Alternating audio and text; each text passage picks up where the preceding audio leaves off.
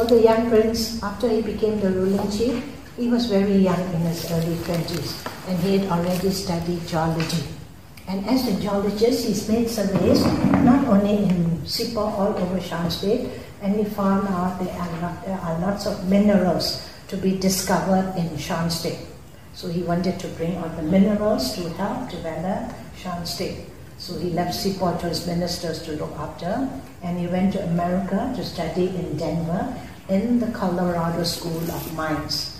And while studying mining engineering, he met his future bride, Inge Eberhard from Austria. She managed to get a Fulbright scholarship. That's why she was studying in Denver, Colorado. So as students, they met, they fell in love, and in 1953, after getting married in Denver, the prince, the next year, 1964, the prince brought his bride to Sipo. That's why Sipo has an Austrian for our princess.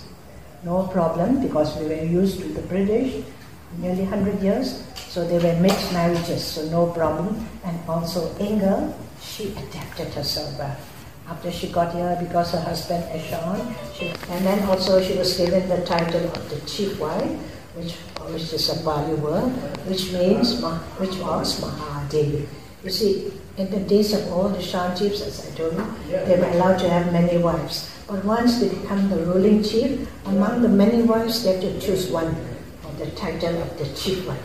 So Inge, the only wife, so she got the title Mahadevi, a great lady. Maha means great, is a Pali word. Maha means great, Devi means lady. So she got the title Mahadevi.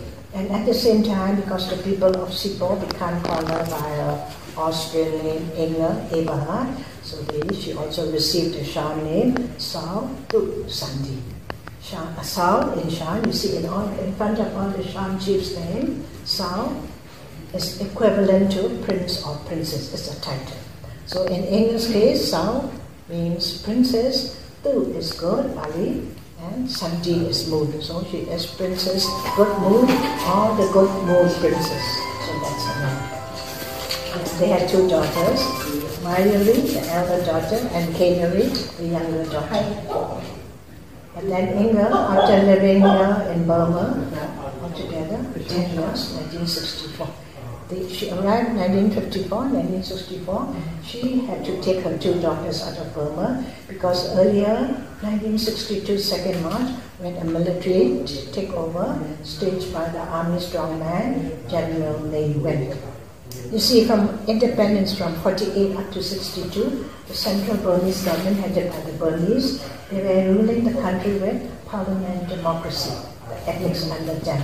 So as members of parliament, the ethnic leaders, attending the parliament meeting in Yangon every year, they found out that although parliament democracy, the ethnics were suppressed. They promised equal status, the ethnics didn't get. So in order to get equality in everything, 2nd March, the next month, at the parliament meeting, the ethnics were planning to ask for federation. As you know, federation means, and I practice all over the world, federation means each ethnic state with its own elected state government, right, together under the administration of the Union of Burma government. So that was what they meant, asking for federation. So they were planning to ask 2nd March 1962.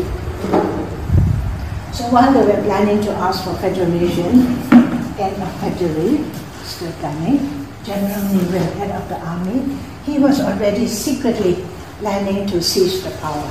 Everything prepared. In secret, of course. He was waiting for an excuse. So while waiting for an excuse, end of February, last week of February, when he heard that the ethnics were going to ask for federation, before they could ask, 2nd March 1962, he seized the power and made federation an excuse to seize the power. When he seized the power, 2nd March 1962, early in the morning before sunrise, starting from the president, prime minister, members of parliament, ethnic leaders attending the meeting in Rangoon, wherever they were putting up, early that 2nd March morning, they were all rounded up, arrested and put in prison outside Rangoon.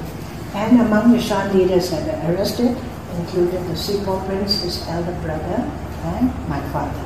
Prince of a neighboring state. So 3 of them too were included with the detainees kept in the prison outside Rangoon in Insen. Then General made at 8 o'clock, that very 2nd March morning, by radio, he announced to the country, explained to the people of Burma why he had to seize power.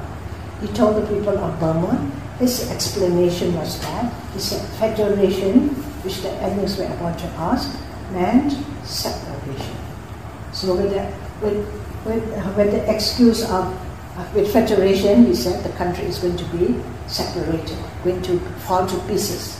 He didn't want that to happen, so to save the country, he had to seize the power. So with the excuse of saving the country, he seized the power, 2nd March 1962, up to last year, 2016, and the last military government handed the country to the elected government of Aung San Suu Kyi, National League for Democracy.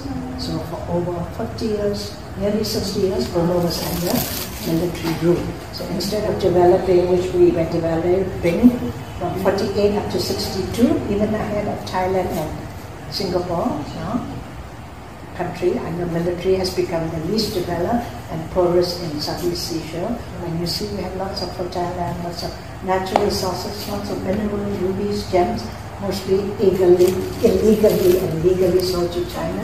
And the money we get mostly goes into the pockets of the generals and to develop the army and military. Very little for the country. So, but we hope now with the guidance of Aung San Suu Kyi, we hope we can catch up with the world. So the detainees, for 6 years they were put in prison outside Rangoon. During the 6 years they were allowed to write home, family members to go back to them through the War Office in Rangoon. So like our mother, most of the Shantis were living in the countryside, moved down to Rangoon, so that once a week through the War Office they could write and receive letters from the detainees. But Inga, she was living here with her 2 daughters while her husband attended a meeting and arrested. And Inga, 54, she arrived up to 62. During these 8 years, if she wanted, she could apply for citizenship, but she didn't escape. So when the military took over, Inga was still a foreigner. That's why the gate she came in, so just guarded the gate. People coming in, going out had to give an account, and she was not allowed to leave the palace ground, only when the military gave her permission. So she couldn't get news from outside Sipor. But then, 6 months after the takeover, my mother-in-law, living in Changi, was allowed to visit Inga because their husbands are brothers. So she was allowed to visit. And when Inga heard from my mother-in-law that letters would be written, so Inga wrote a letter and then handed to the military for her husband, hoping to get a reply. But when she gave the military here in Sipor the letter for her husband, they refused to take a letter because they told Inga the Revolutionary Council did not arrest the Sipor prince. That's what they told Inga. But Inga knew she has evidence that her husband was arrested. In the book, Inga wrote, it's on page 175, a short note. Yes, page 175, you look at the book, a short note, dated 2nd March 19. But of course she didn't reveal that she received the note, because if she revealed that her husband smuggled out this note from his prison room, he would be in trouble. So she didn't tell, but she knew her husband was arrested. So why should the military deny his arrest?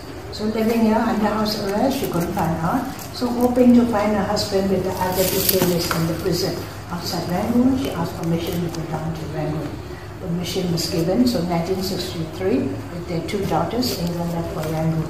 And once in Rangoon, with help from the American, Austrian embassies and some ex-parliamentarian friends, secretly they helped Inga search and they found out the prince was no more.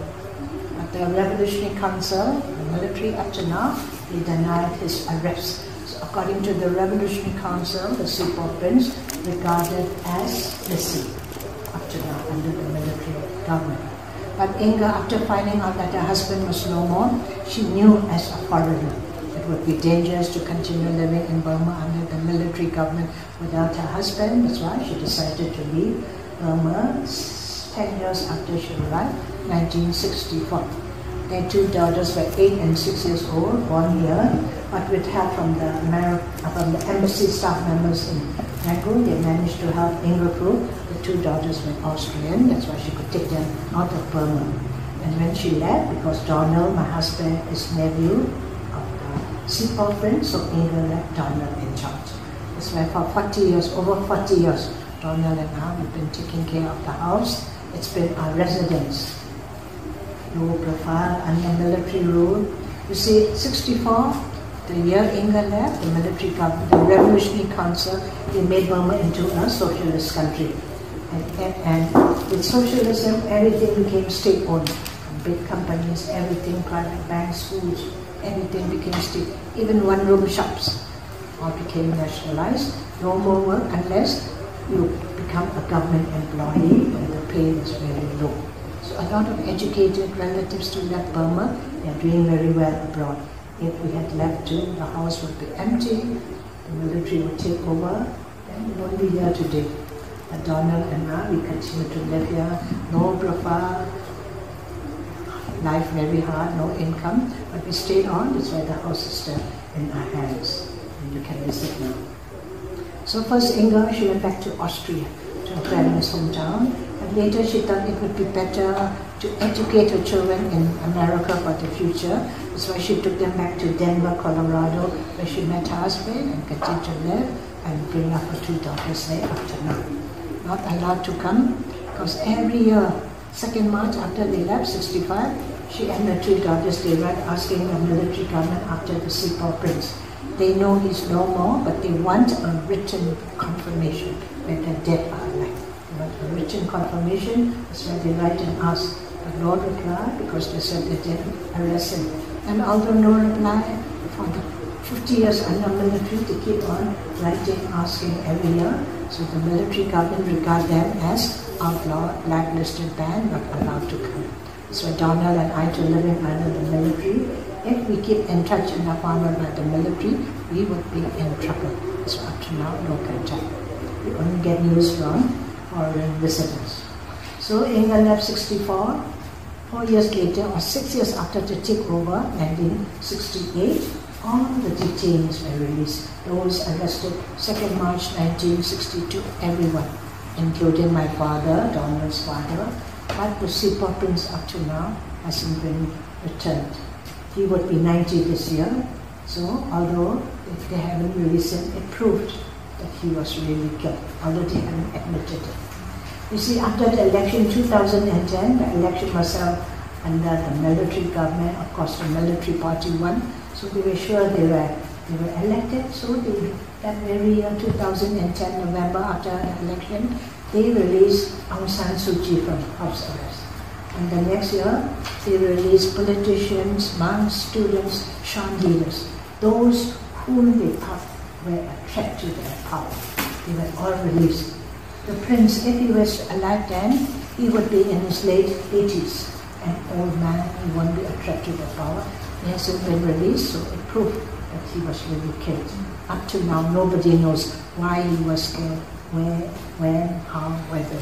Nobody knows. So Inga brought up her two daughters in America in 1994. She was in her 60s. That's when she retired, so she wrote this book, Twilight Over Burma, My Life as a Shan Princess, about the 10 years she lived here in Burma. And she's married again to an American. That's why the book she wrote under her married name, Inga Sargent. So they all become American citizens.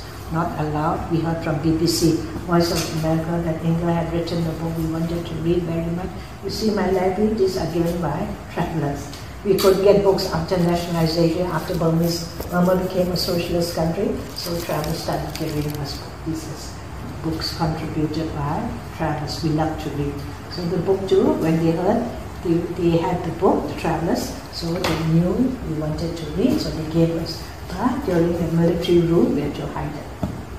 But now, of course, freedom now, so I'm displaying it and also selling English and Burmese translation. Because a lot of travelers, they want to buy it here as a souvenir. And also there's a DVD song commemorating the 90th birthday of the prince, which he would be this year in July. So it's a song, a tune, but The words are in English, Burmese, and Shan, and also explanation in 3 languages, and some photographs when they were, the 10 years they were living here. So if you want to buy, as souvenir, you can buy. It's single lecture here.